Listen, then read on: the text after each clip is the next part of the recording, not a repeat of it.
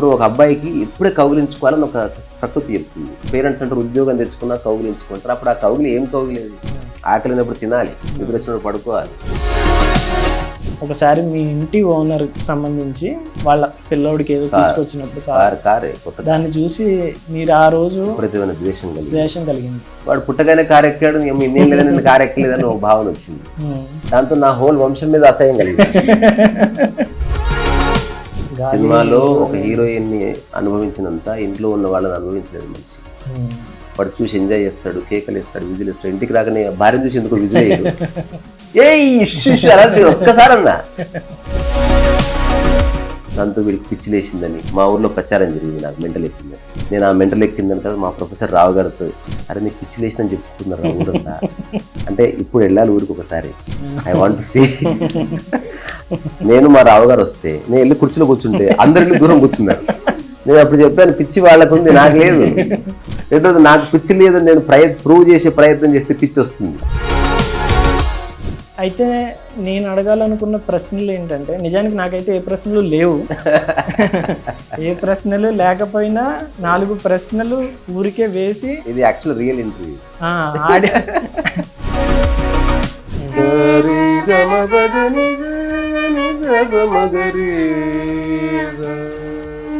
ఇది తత్వానికి సంబంధించిన రాగం. ఏ తీరుగనను దయచూపెదము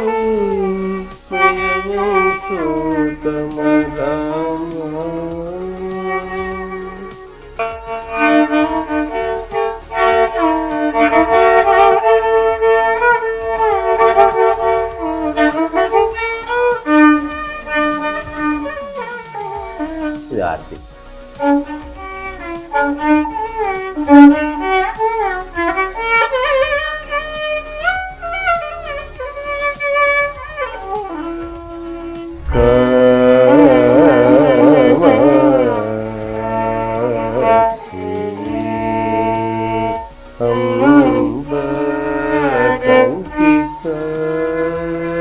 గంభీరమైన స్వరాలన్న.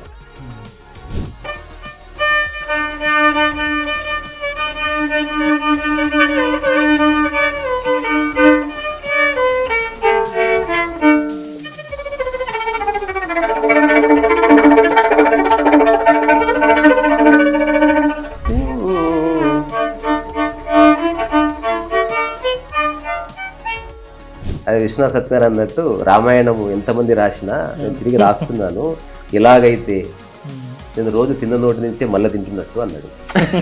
అంటే 4 ప్రొఫెసర్లు రైల్వే స్టేషన్కి వెళ్ళారంట.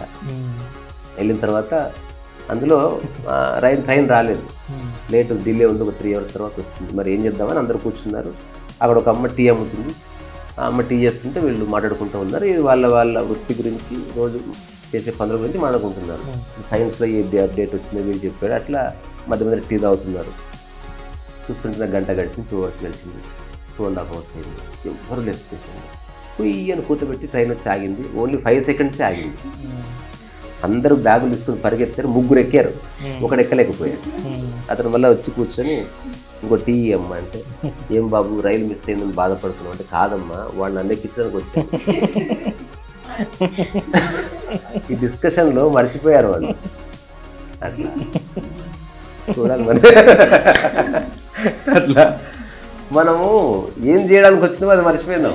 ప్రతి మనిషి ఆనందంగా హాయిగా పుట్టడానికి వచ్చాడు. సాధారణంగా ఫార్మల్ ఇంటర్వ్యూలో ఉంటుంది ఎప్పుడు మన ఛానల్లో, కానీ ఈ వ్యక్తిని ఫార్మల్గా ఇంటర్వ్యూ చేయలేం. ఎందుకంటే రీసా గురించి నాకు చాలా విషయాలు తెలుసు. ఆయన ఛానల్ కూడా నేను చాలా సంవత్సరాలుగా ఫాలో అవుతున్నాను. నిజానికి మిమ్మల్ని ఒక 3 సందర్భాల్లో కలిశాను నేను గతంలో. ఒకసారి పూల పార్కులో, రెండోసారి మీరు ఉపదేశ సారం పుస్తకాన్ని లాంచ్ చేయడానికి అరుణాచలం వెళ్లే ముందు రోజు కలిశాను. మీ దగ్గర ఉపదేశ సారం పుస్తకం తీసుకున్నాను నేను కూడా. మీరు లాంచ్ చేయకముందు దాన్ని నేను చదివాను నిజానికి. అయితే ఈ బ్రేకింగ్ న్యూస్ హడావిడిలో కొట్టుకుపోయే జనానికి, ఒక ఉద్యోగం అనే జైల్లో ఇరుక్కుపోయే కుర్రాళ్ళకి ఎప్పుడైనా ఒకసారి మీ వీడియో ఊరికే స్క్రోల్ చేస్తున్నప్పుడు కనబడితే ఒక క్షణం మనసు ఆగుతుంది. నిజానికి ఏంటంటే దేవుడి దగ్గరికి గుడికి వెళ్ళినా లేదా ధ్యానం, తపం, జపం ఏదైనా సరే చేసినా అల్టిమేట్గా కావాల్సింది దేనికి చేసేది అంటే మనసు ఆగడానికి. అది నా అభిప్రాయం. కరెక్ట్. అయితే ఆ మనసు ఒక వీడియోతోనే ఆగుతుంది. మీ విషయంలో నేను అనేది ఊరికే ఆ వీడియో స్టార్టింగ్లో వచ్చే 4 లైన్లు ఉన్నాయి కదా, నేను చెప్పడం లేదు, నేను చెప్తున్నాను, ఒప్పించడం లేదు, నా అనుభవం ఎవరికి ఉపయోగం కాదు. ఏదైనా ఒక మీలో చైతన్యం కలిగితే అది పూర్తిగా మీ చైతన్యానుభూతి మాత్రమే, నాదేం లేదు అనేది. అయితే సాధారణంగా భిన్నంగా ఉన్నాయి చాలా ఆకర్షిస్తాయి జనాల్ని. కానీ లోతుగా పరిశీలిస్తే సహజత్వానికి మించిన ఆకర్షణ దేనికి లేదు. అవును. అయితే నేను అడగాలనుకున్న ప్రశ్నలు ఏంటంటే, నిజానికి నాకైతే ఏ ప్రశ్నలు లేవు. ఏ ప్రశ్నలు లేకపోయినా 4 ప్రశ్నలు ఊరికే వేసి, ఇది యాక్చువల్ రియల్ ఇంటర్వ్యూ,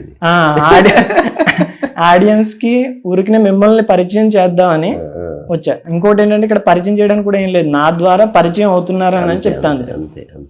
అయితే నా మొదటి ప్రశ్న ఏంటంటే రీసా, ప్రతి ఒక్కరూ ఉద్యోగం లోపలికి వెళ్ళిన తర్వాత ఒక ఈఎంఐ లేకపోతే కుటుంబం, బాధ్యతలు, ఖర్చులు అనే దాంట్లో పడి తెలియకుండానే సంఖ్యలు వేసుకుని అందులో ఉండిపోతారు. రిటైర్మెంట్ అయ్యే లోపల మళ్ళీ బయటికి రావాలని ప్రయత్నిస్తారు. కానీ రీసా ఎందుకు ఆ ఉద్యోగం అనే చట్టం లోపలికి వెళ్ళలేదు? ఆ క్లారిటీ అప్పుడే ఎలా వచ్చింది? ఉద్యోగం చేశాను నేను, చేస్తేనే తెలిసింది చేయొద్దని. ఇప్పుడు అందరూ ఉద్యోగం ఎందుకు చేస్తున్నారు అంటే, ఈ ప్రపంచంలో బతకడానికి ఎవ్వరికి ఉద్యోగం ఇష్టం ఉండదు, తిని పడుకోవడం ఇష్టం ఉంటుంది. ఉద్యోగం అవసరం కోసం చేస్తున్నారు. ఇంకా చెప్పాలంటే అదొక కంపల్షన్. మరి నాకున్న కంపల్షన్స్ ఏమిటి అంటే, అందరిని చూసి నేను చేస్తున్నా. ఉద్యోగం చేసి ఒక బైక్ కొనుక్కోవాలి, ఉద్యోగం చేసి ఒక ఇల్లు కట్టుకోవాలి, ఉద్యోగం చేసి పెళ్లి చేసుకోవాలి, అట్లా ఒక వలయం తయారవుతుంది. ఇంకా అది మనం ఎప్పటికీ బయటికి రాలేం దాని నుంచి. తర్వాత నా అన్వేషణ బేసికల్గా సెటిల్మెంట్ గురించి కాదు. నా అన్వేషణ అసలు ఎగ్జిస్టెన్షియల్గా అసలు మనిషి అనేవాడు ఎలా ఉండాలి, అది నా కోర్ క్వశ్చన్. దాంతోపాటు చాలా అనుబంధ క్వశ్చన్స్ ఉన్నాయి. నాకు తెలిసింది ఏంటంటే, అసలు ఏది ఉన్నా లేకున్నా ప్రశాంతత కావాలి, ఏది ఉన్నా లేకున్నా ఒక హాయి కావాలి, ఏది ఉన్నా లేకున్నా, ఉదాహరణకు ఒక మనిషి చాలా సాధించాడు, ప్రశాంతంగా లేడు అనుకో, ఆబ్వియస్గా ఈ సాధించినంత సెకండరీ అయిపోయి మళ్ళీ ప్రశాంతత కోసం ఏదో చేయవలసి వస్తుంది. అందుకని నాకు ఉద్యోగంలో ప్రశాంతత కనబడలేదు. తర్వాత కొంచెం లోతుగా ఇప్పుడు నేను చెప్పేది కొంచెం ఇంటెలిజెన్స్ ఉంటుంది, తెలిసే అంశము. అథారిటీ ఉన్న చోట, అంటే నా పైన ఎవరో ఉన్నారన్న భావన ఉన్న చోట అసలు ఆనందం ఉండదు, లిబరేషన్ ఉండదు, జీవన్ముక్తి ఉండదు. నువ్వు నిద్రపోతున్నావు, నేను ఎవడో చూస్తున్నాడు అనుకో, స్నానం చేస్తుంటే ఎవరో చూస్తున్నారు అనుకో, అక్కడ అది సరిగ్గా చేయబడదు. అక్కడ కంపల్షన్ కాబట్టి మనిషికున్న సహజమైన వ్యక్తిత్వాన్ని పక్కన పెట్టి ఒక అబద్ధకు ముసుగేసుకుని ఆ 8 hours అతను ఒక బరువును మోస్తాడు. సరే, దానివల్ల ప్రాపంచికంగా కొంత బెనిఫిట్ ఉంటుంది కాబట్టి అట్లా అది కొనసాగించవలసి వస్తుంది. మరి ప్రాపంచికంగా లగ్జరీ అనేది దానికి ఒక ఎండ్ లేదు. కారు కావాలి, మరి నేను కొన్న కారు నాకు నచ్చకపోతే అప్పుడు మళ్ళీ నేను ఇంకేదో చేయాలి. నాకు ఓవరాల్గా ఏం తెలిసిందంటే, ఈ ప్రపంచం అనేది ఒక ఎడతెగని వ్యవస్థ. నేను ఎన్ని సంపాదించుకున్నా తృప్తి ఉండకుండా ఉన్న స్థితులు ఉన్నాయి, ఏది లేకున్నా తృప్తిగా ఉన్న స్థితి ఉంది. అందుకని నేను ఉద్యోగం చేసి వదిలేసి ఉద్యోగం వదలాలని నాకు ఫస్ట్ కలగలే ఆలోచన. స్ట్రెస్ లేని జాబు ఉంటుందా అని ఎతికా, అది పెద్ద స్ట్రెస్ అయిపోయిందా. ఆ తర్వాత నేను ఎవరైతే నన్ను రిక్రూట్ చేసుకుంటున్నారో నేను వాళ్ళకి ప్రశ్న అడగడం మొదలుపెట్టాను. చివరి ఎక్స్పీరియన్స్ అంటే రిఫైన్మెంట్, ఇదంతా ఒక 3 years 4 years నడిచింది, ఆన్ అండ్ ఆఫ్.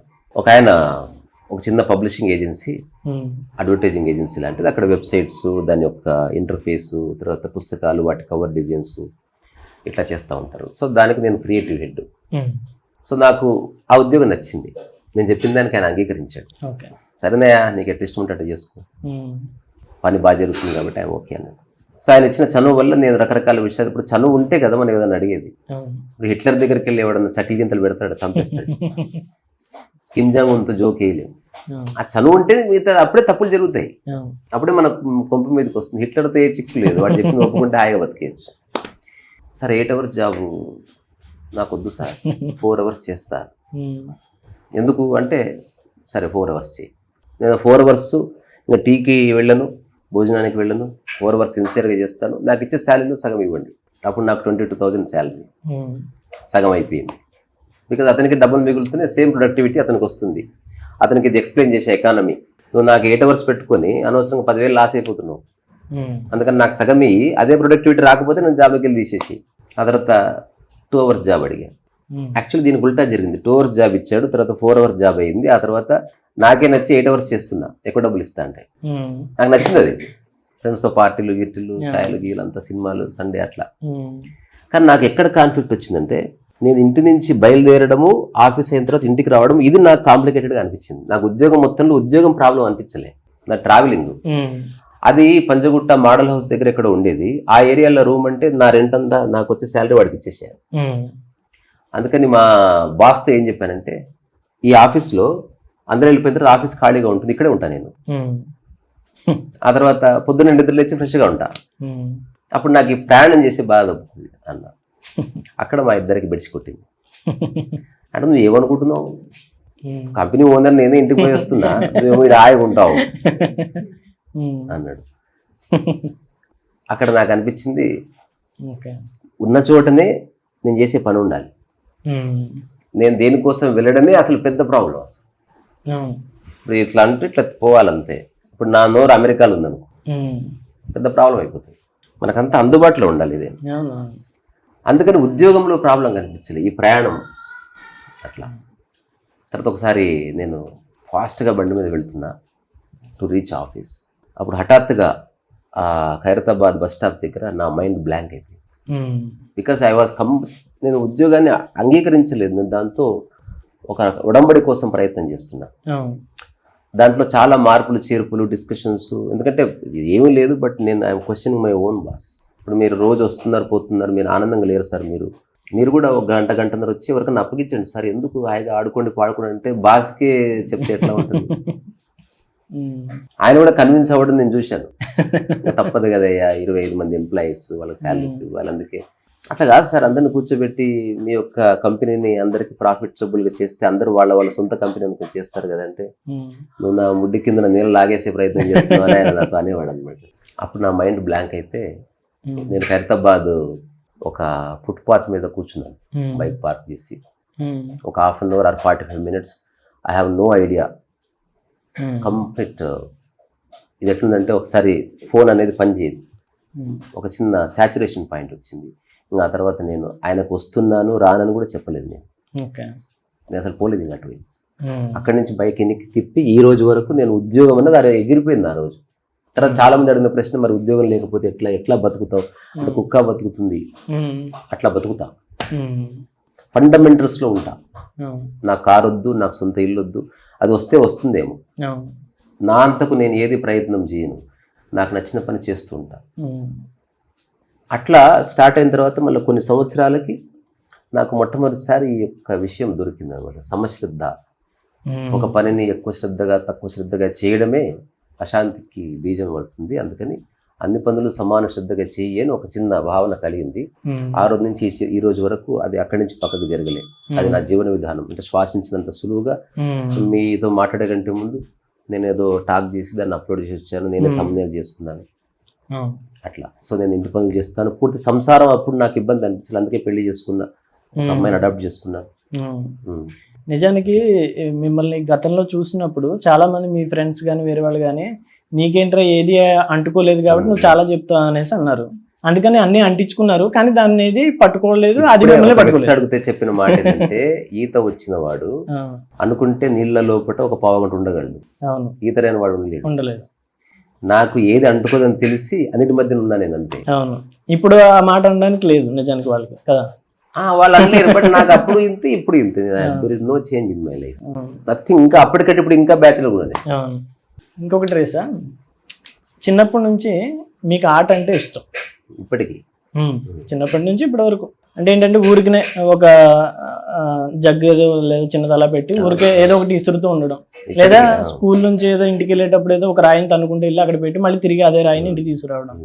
ఈ ఆట మిమ్మల్ని చిన్నప్పటి నుంచి ఇప్పటి వరకు కూడా, అంటే దాంట్లో గెలుపోవటమే లేదు, లేదు, అది మెయిన్ పాయింట్. ఒకవేళ అది ఉంటే ఆట అనేది ఆగిపోతుంది. ఏదో ఒక సందర్భంలో ఖచ్చితంగా ఆట అనేది ఆగిపోతుంది, ఎందుకంటే గెలిపోవటం ఉంటే ఓడిపోయినవాడు. అయితే అలాంటి ఒక నిర్మలమైన ఒక స్థితి మనసు, అది ఇప్పటికీ అలానే ఉంది మీకు ఉంది కదా. సిటీకి వచ్చినప్పుడు ఊర్లోంచి సడన్ గా సిటీకి వచ్చినప్పుడు మీలో ఒక గందరగోళం పరిస్థితి అప్పుడు ఉంది. వస్తుంది. అందులో ఒక సందర్భం ఉంది. ఒకసారి మీ ఇంటి ఓనర్ సంబంధించి వాళ్ళ పిల్లోడికి ఏదో తీసుకొచ్చినప్పుడు దాన్ని చూసి మీరు ఆ రోజు ద్వేషం కలిగింది. ఆ ఇన్సిడెంట్ గురించి చెప్పండి. ఇన్సిడెంట్ ఏమీ లేదు, వాడు పుట్టగానే కారు ఎక్కాడు, ఇందేం లేదని కారు ఎక్కలేదని ఒక భావన వచ్చింది. దాంతో నా హోల్ వంశం మీద అసహ్యం కలిగింది. ఈ ఇంట్లో పుట్టిన భావన లేదు. ఆ రోజు రాత్రి రాయి తీసుకుని పోయా కారు పెడదామని.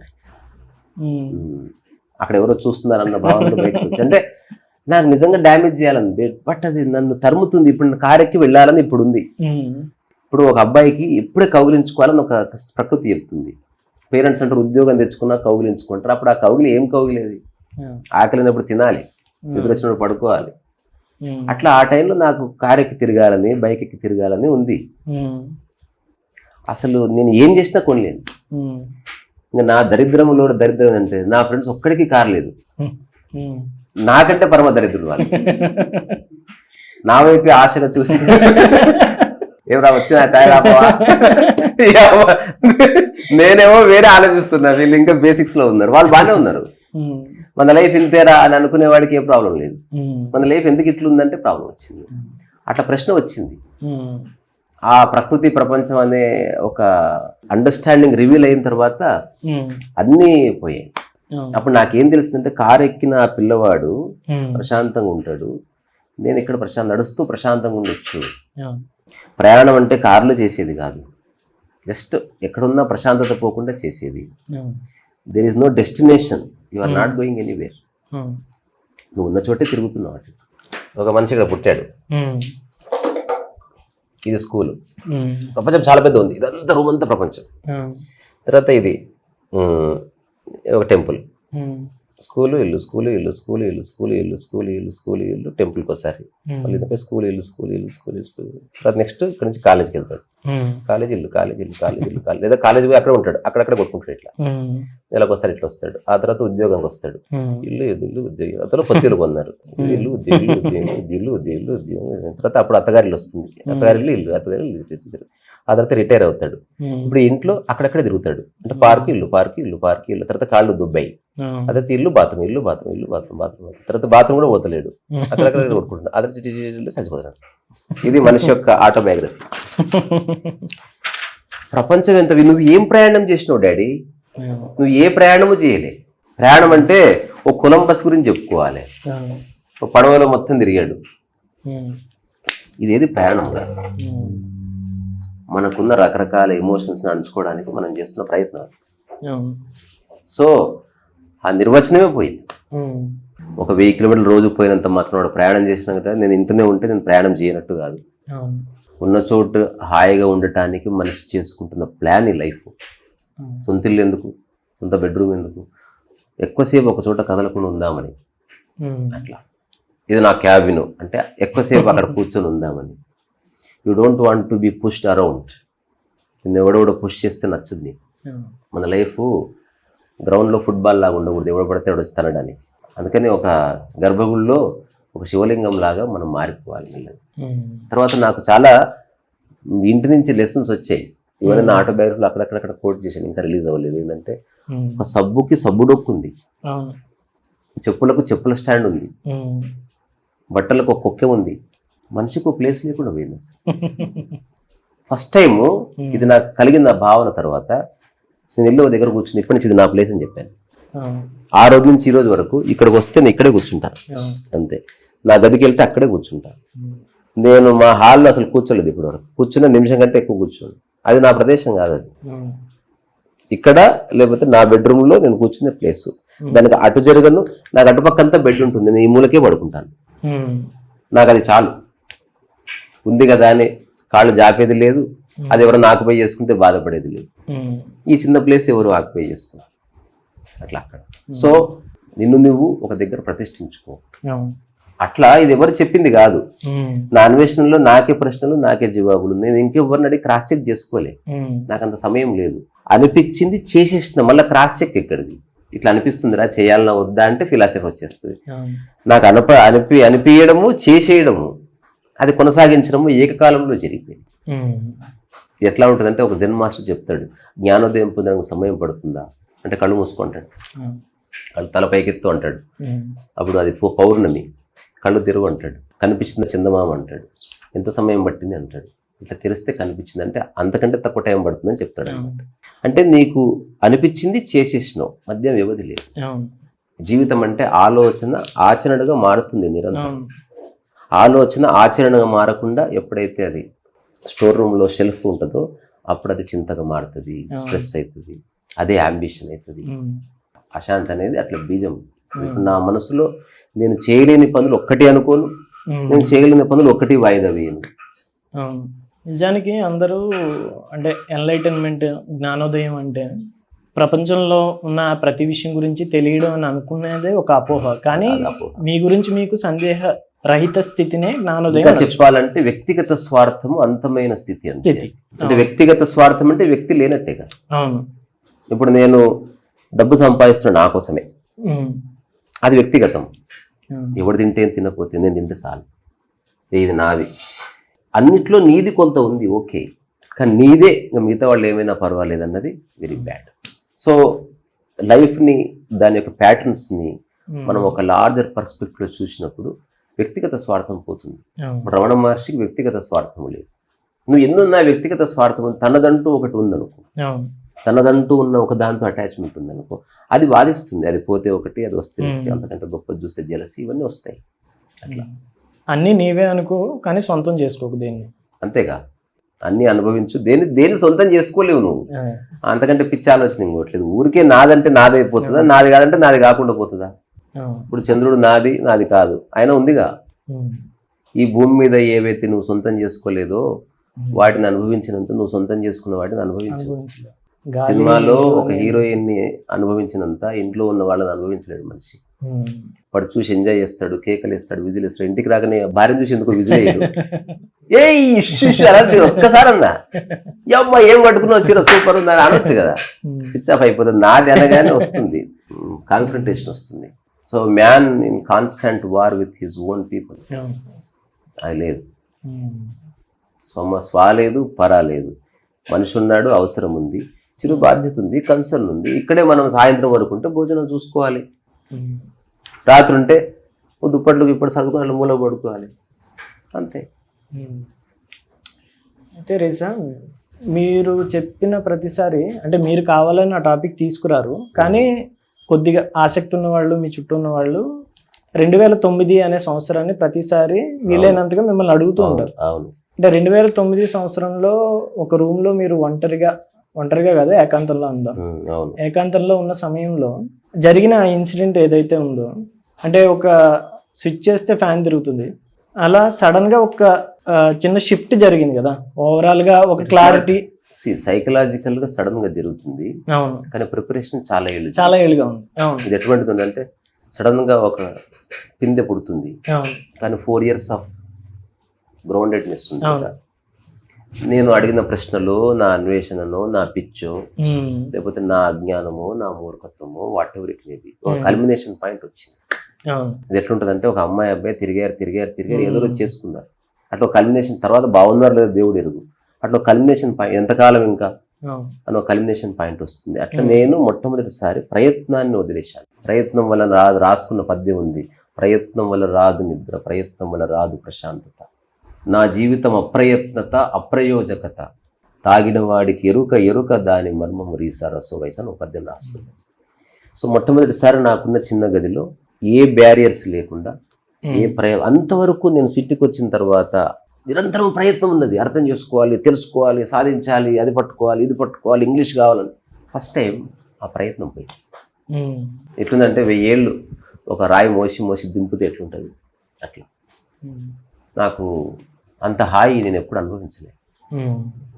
ఐ వాజ్ సో ఏమంటారు, ఐ వాజ్ నాట్ దేర్. అక్కడ ఒకటి ఉంది, అది ఎవరో. నేను చిన్న ప్రశ్న అడుగుతా, సినిమాకి వెళ్ళాలని వాడు బయలుదేరాడు, ఇక్కడ నుంచి థియేటర్ వైపు నడుస్తున్నాడు, అక్కడ వెళుతున్నది వాడు కదా, ఆలోచన. ఆ ఆలోచన లేకపోతే అక్కడ నడిచేది ఎవరు? ఉదాహరణకి నువ్వు అడవిలో ఉండిపోయావు సంవత్సరం, నిన్ను పిలిచేవాడు ఎవడు లేడు, అప్పుడు నీవెవరు? నీది అనుకుంటున్న వాటి గురించి వాటి వైపు పోతా ఉంటావు. నా కారు ఏది బాగుందా, నా ఇల్లు బాగుందా, ఈ నాదని పడిపోతే అక్కడ ఉన్నది ఎవరో ఒక అనామకుడు ఉన్నాడు. అట్లా మొట్టమొదటిసారి ఒక నోబడి వాస్ దేర్. అతనికి పేరు లేదు, అతనికి రూపం లేదు, అతనికి లక్ష్యం లేదు, అతనికి దేని పట్ల మమకారము లేదు, ద్వేషము లేదు. అది నేను అని చెప్పడానికి కాదు. ఇట్స్ లైక్ ఒక అడవిలో ఒక చిన్న నత్త పోతూ ఉంటుంది అట్లా. దానికి ఏ భావనలు ఉండవు, అది పోతా ఉంది. అక్కడ పక్కన పులి ఉండొచ్చు, పక్కనే గొప్ప హిమాలయ పర్వతం ఉండొచ్చు, దాని పక్కన గొప్ప దేవాలయం ఉండొచ్చు, ఏది లేదు, పోతా ఉంది. అంటే ఏ మరకలు అంటుకోలేదు దాన్ని, తన పనిలో తానుంది. మొట్టమొదటిసారి అప్రయత్నతలో నేను అట్లా ఉన్నాను, అట్లా ఉండడం జరిగింది. అది కల్మినేషన్ ఆఫ్ ఆల్. ఇప్పుడు అప్రయత్నం ఉందామన్నా ఉండనియదు బాడీ. చాలా ప్రయత్నం తర్వాత అన్ని ప్రయత్నాలు చేసి, ధ్యానాలు చేసి, పుస్తకాలు చదివి, వాదులాట చేసి, రోడ్ల మీద కొట్లాడి, ఆ తర్వాత ఏడ్చి, ఇవన్నీ జరిగాయి. ఒకరోజు 2 రోజులు కాదు, ఇయర్స్ టుగెదర్. దాంతోపాటు మళ్ళీ నా బ్రెడ్ అండ్ బటర్ సంపాదించుకోవాలని మా అయ్య అంబానీ కాదు, నాకు ఇచ్చేవాడు ఎవడు లేడు. మా అమ్మ కొంత డబ్బు పంపించేది, నెలకు 300, 600. ఒకసారి నేను మా అమ్మకు ఒక తప్పు పని చేశా, ఫోన్ చేశా. ఏమన్నానంటే, నేను గోడ మీద పెయింటింగ్ వేసిన, అదే సైన్ బోర్డు, దాంతో నాకు 1000 రూపాయలు వచ్చాయి అన్నా. ఇక ఎప్పటి నుంచి పంపించనులే డబ్బు అన్నది. అనవసరంగా చెప్పాను. ఆ తర్వాత ఇప్పుడు నేను ఖచ్చితంగా డబ్బు సంపాదించుకోవాల్సిన పరిస్థితి ఏర్పడ్డది. దానికి కారణం నేనే అయ్యాను. ఆ తర్వాత ఎవరైతే ఆ ఫోన్ కనిపెట్టాడో వాడి మీద కోపం వచ్చింది నాకు. అది లేకపోతే ప్రాబ్లం ఉండేది కాదు. ఇట్లా పరిపరి విధాలుగా. ఓ శ్యామన్ ఒకడు ఉండేవాడు, మళ్ళా సంతోషంలో పిట్ట కూడా ఉండేది. వాడు సాయంత్రం వచ్చి గోడ మీద కూర్చుంటే నేను సాయంత్రం గోడ మీద కూర్చొని ఎన్నెన్ని కప్పుల కల్పనలు చేసేవాళ్ళము. అరే మనమే కారు కొంటే యాదగిరిగుట్ట పోదాం రా, పోయేటప్పుడు నువ్వు నడుపు, వచ్చేటప్పుడు నేను నడుస్తా. కారు లేదు, పాడలేదు. ఆ గదిలో ఇవన్నీ పోయాయి. ఆ రోజు చాలా పడిపోయినాయి. ఏమేమి పడిపోయినాయి? ఇప్పటికీ గాసిప్ పడిపోయింది, లక్ష్యం పడిపోయింది, భవిష్యత్తు పడిపోయింది, గతం పడిపోయింది, నాదన్నది పడిపోయింది. మరి మిగిలింది ఏంది? ప్రశాంతత మిగిలింది, హాయి మిగిలింది, ఒక అప్రకటిత సహజ గంభీర ఆనందం మిగిలింది, ఇంకా నిద్రా స్వరూపం మిగిలింది. నేను నిద్రపోతే ఎంత హాయిగా ఉన్నానో అంత హాయిగా ఉన్నప్పుడు నా ప్రయత్నం లేకుండా నా కన్నీళ్ళు వచ్చాయి, నేను ఎడవలే. Maybe it's a great relief for the body. అమ్మయ్య అనుకుందేమో అట్లా. ఇంకోటి, ఆ రోజు తర్వాత నాకు ఒక విషయం తెలిసింది ఏంటంటే, నా ప్రయత్నం లేకుండా కన్నీళ్ళు వచ్చాయి కాబట్టి నేను తుడవకూడదని తెలుసుకుంది. ఆ రోజు నుంచి ఇప్పటి వరకు కన్నీళ్ళు ఎప్పుడు తుడవలేదు. ఇప్పుడు వేరే వాళ్ళు ఈ ఆడిదానిలా ఏడుస్తున్నావు అంటాం, తుడుస్తారు చాలామంది. కన్నీళ్ళు ఏమవుతుంది? దేన్ని ఆపొద్దు, నువ్వు వస్తే వస్తుంది, అట్నే ఒక రోజు మరణం వస్తుంది. నువ్వు కన్నీళ్ళతో ప్రతిఘటించేవాడు, మరణాన్ని ఎట్లా అంగీకరిస్తావు? ముఖం మీద వచ్చిన చిన్న మొటిమీని అంగీకరించలేవు, భవిష్యత్తులో మరణాన్ని ఎట్లా అంగీకరిస్తావు? సో ఒక సర్వాంగీకార భావనకి ఆ రోజు బీజం పడ్డదేమో. అది నిజమా కాదా భవిష్యత్తు చెప్పింది. అందరికీ రోజు జ్ఞానోదయం అవుతుంది, మరి నీతో వద్దురా నాకు అని వెళ్ళిపోతారు. మళ్ళీ అట్లా వెళ్ళిపోయి రాకపోతే జ్ఞానోదయం అయినట్టు. ఇంకొకసారి నీకు చెప్తే చెప్పు తీసుకుని ఇంకెప్పుడైనా చెప్పకపోతే జ్ఞానోదయం అయినట్టు. మా బజ్జీలు తినొద్దురా నాయన, మళ్ళీ రేపు తిన్నవా జ్ఞానోదయం కానట్టు. అట్లా జ్ఞానోదయం అవుతుంది. ఎవరితో లేకపోతే బాగుంది, మళ్ళీ నువ్వే పోతున్నావు. ఫోన్ చేస్తే నీకు జీవితంలో ఫోన్ చేయను, మళ్ళీ వారం తర్వాత ఫోన్ వస్తే ఏదో అయింది. మళ్ళీ ఇటు సంసారంలో మాటికి పడతా ఉంటాడు మనిషి. నేను పడలేదంతే, అది నేను కావాలని ప్లాన్ చేసుకున్నది కాదు. ప్రయత్నం వెళ్ళినప్పుడు ప్రాణాలకు ఎక్కడిది అట్లా. నేను I went back to my home town. అప్పుడు నేను రాసుకున్నది ఏంటంటే, అప్పుడు నేను చెప్పేదంతా అబ్స్ట్రాక్ట్గా తోచింది, అందుకని నేను చెప్పడం మానేసిన. ఎందుకంటే నేను ఏం చెప్పినా మూలంలో నేను చెప్తున్నా కదా. దాంతో వీడికి పిచ్చి లేచిందని మా ఊర్లో ప్రచారం జరిగింది, నాకు మెంటల్ ఎక్కిందని. నేను ఆ మెంటల్ ఎక్కిందని తర్వాత మా ప్రొఫెసర్ రావు గారితో, అరే నీకు పిచ్చి లేచిందని చెప్పుకుంటున్నారు ఊరంతా అంటే, ఇప్పుడు వెళ్ళాలి ఊరికి ఒకసారి, ఐ వాంట్ టు సీ అని చెప్పి. మా ఫ్రెండ్ నాగరాజు పెళ్ళి, క్లాస్మేట్ది, వాళ్ళ ఇంటి ముందే చేస్తున్నారు. నేను మా రావు గారు వస్తే నేను వెళ్ళి కుర్చీలో కూర్చుంటే అందరికీ దూరం కూర్చున్నారు. నేను అప్పుడు చెప్పాను, పిచ్చి వాళ్ళకు ఉంది, నాకు లేదు. రెండోది, నాకు పిచ్చి లేదని నేను ప్రూవ్ చేసే ప్రయత్నం చేస్తే పిచ్చి వస్తుంది. అసలు నేను ఎవ్వరు పట్టించుకోవడం లేదు.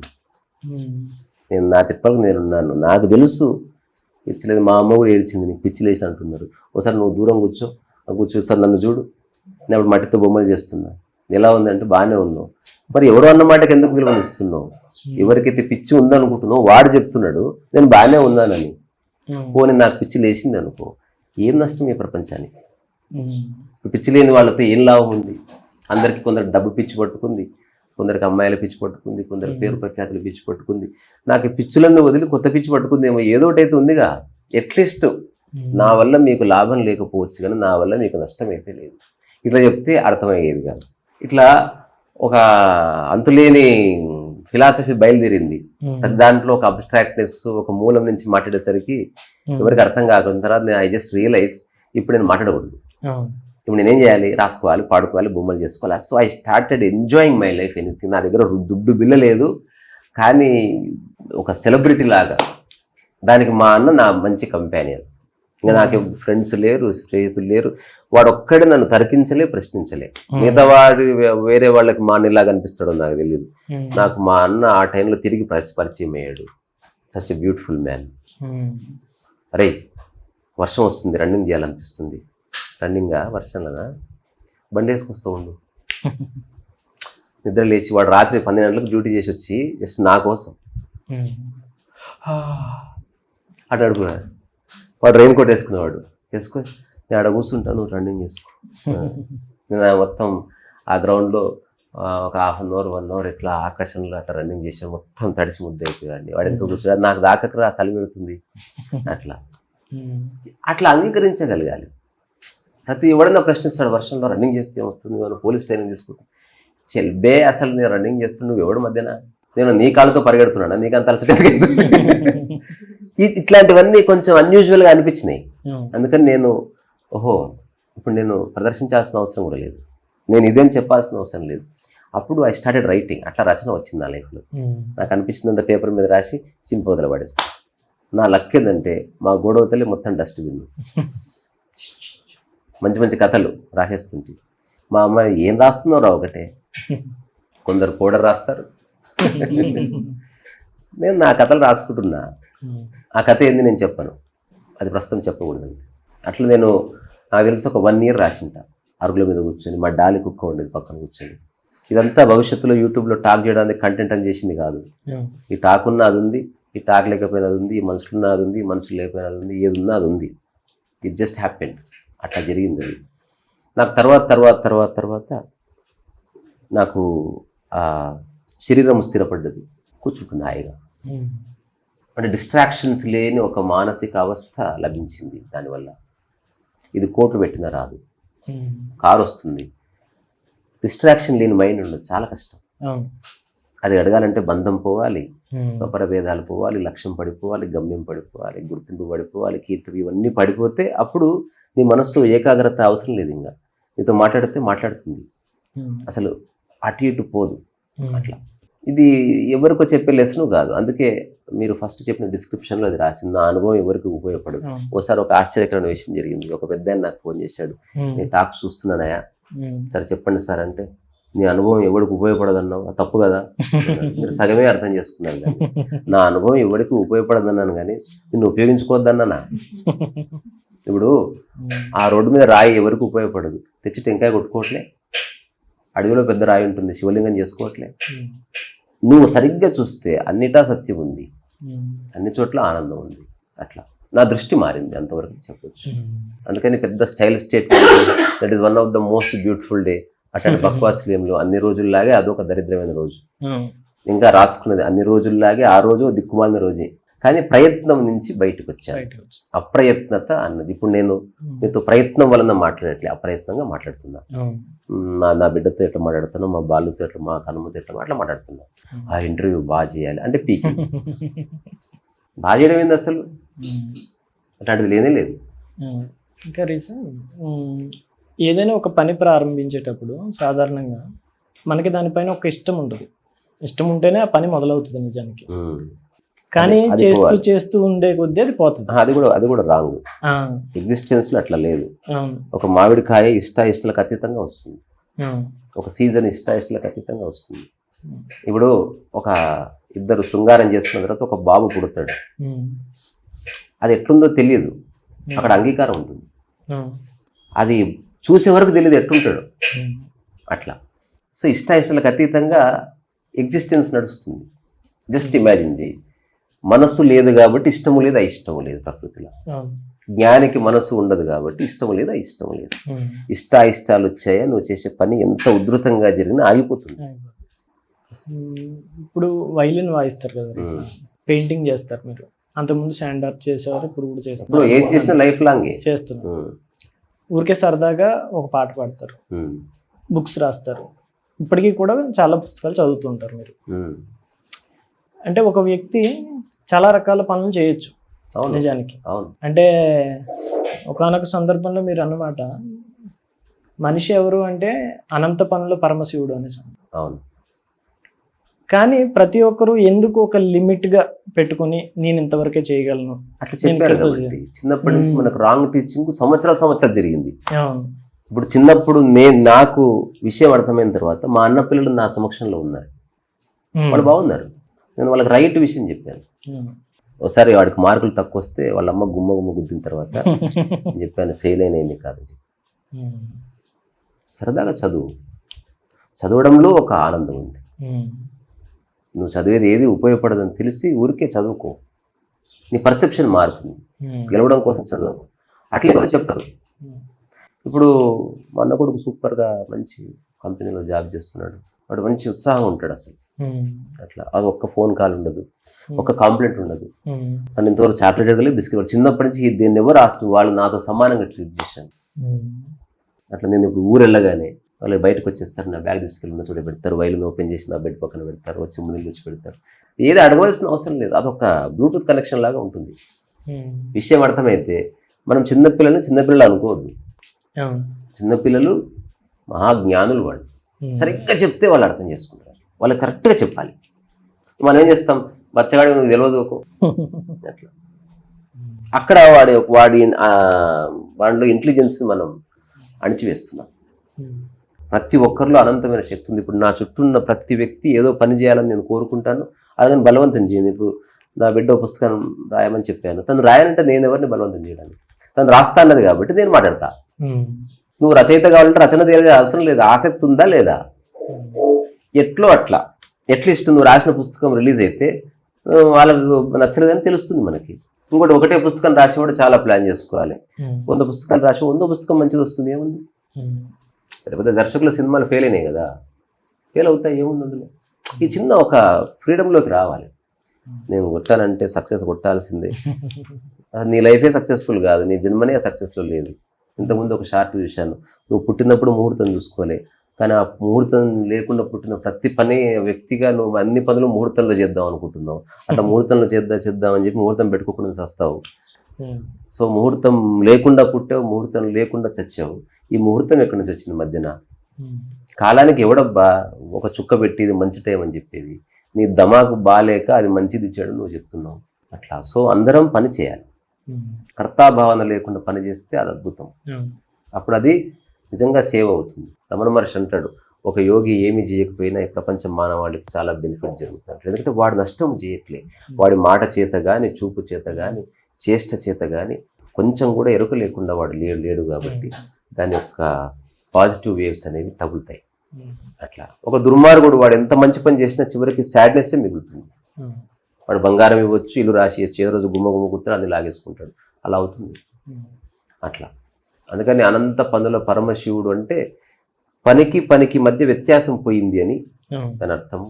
ఇప్పుడు శివుడు ఉన్నాడు అనుకో, ఆ శివుడికి బీదవాడైనా కోటీశ్వరుడైనా ఒకటే కదా. అట్లా చెత్త ఎత్తడమైనా వైలిన్ వాయించడం ఒకటే అని నేను చేస్తున్నాను కాబట్టి నేను ఆ స్టేట్మెంట్ ఇచ్చాను. అట్లా నాకు ఇప్పుడు చెత్త ఎత్తడం అంటే అది నాకు ఇష్టము.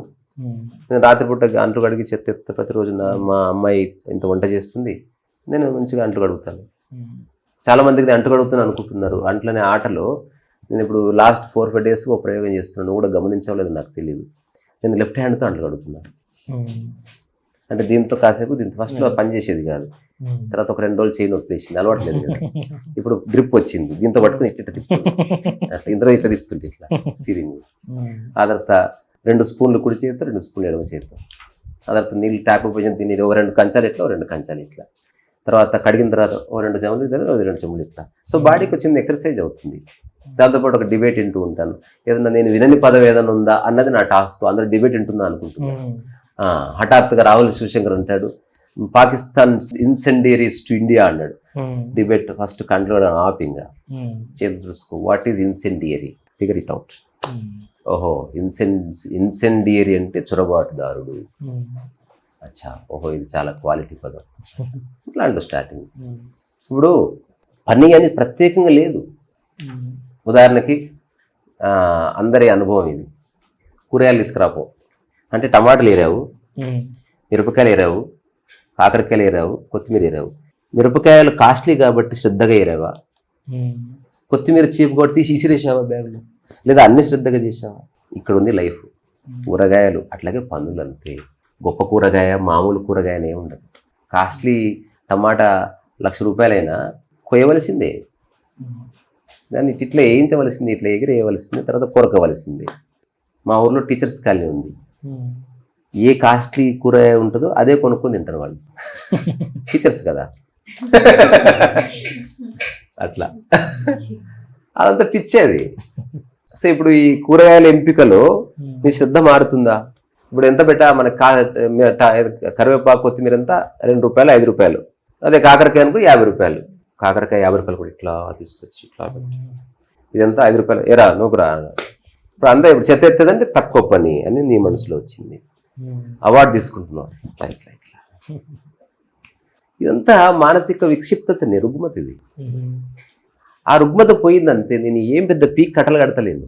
నేను చెప్పేదాంట్లో కూడా గొప్ప గొప్ప ఆధ్యాత్మిక రహస్యాలు, చాగంటి గారిలా గొప్ప అందరగల భాషను, ఒక ఎడతెగని భాష ఎంత బాగా చెప్తాడు అసలు. అట్లా కంటిన్యూస్గా అట్లా ధారలాగా వస్తుంది. అది జీవితంలో నేను చేయలేను. అది బాగుంటుంది కానీ సత్యానికి అవన్నీ అక్కర్లేదు. అది వ్యక్తికి సంబంధించింది. ఆయన బాగా చదువుకున్నారు, ఆయనకి చిన్నప్పటి నుంచి వాటి మధ్య శ్రద్ధ ఉంది, ఆయన గొప్పగా వ్యాఖ్యానిస్తారు, అంతవరకు ఓకే.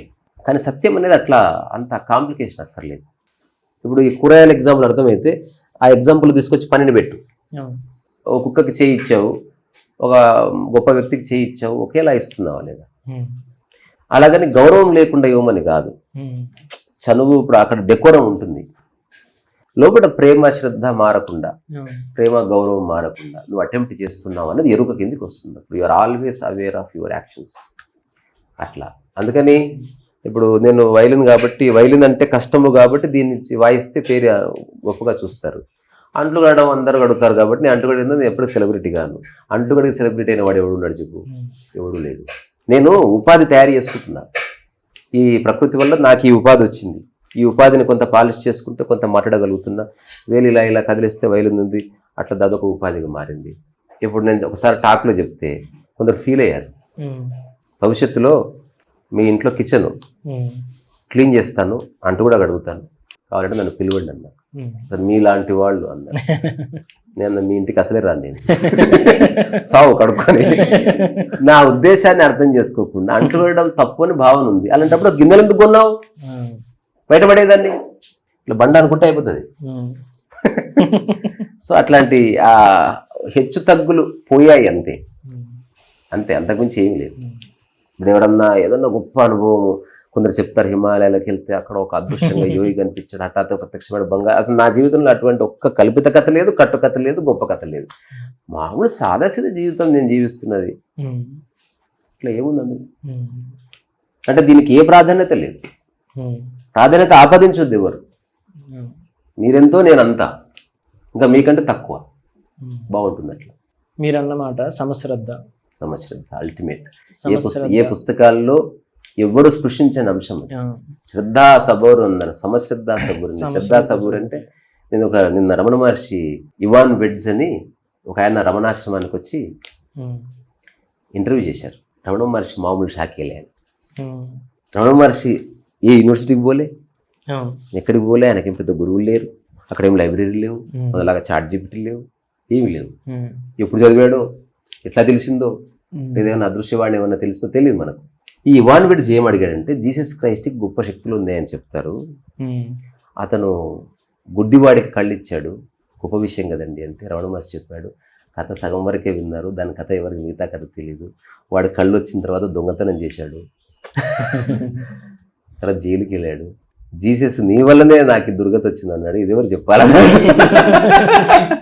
నువ్వు ఇవ్వడం, ఉదాహరణకి ఒకటి కారు లేదు, కారు గుద్దుకుని చచ్చిపోతాడు, వాడు డ్రైవింగ్ వచ్చారో తెలుసుకో. పాత్రత లేని వాడికి ఇవ్వడానికి వీలు లేదు. ఇప్పుడు ఒకడు ఉన్నాడు, ఒక టైంలో పాత్రత లేదంటే వాడికి నీళ్లు కూడా ఇవ్వకూడదు. అట్లా నిష్ఠూరంగా ఉంటుంది లైఫ్. అట్లా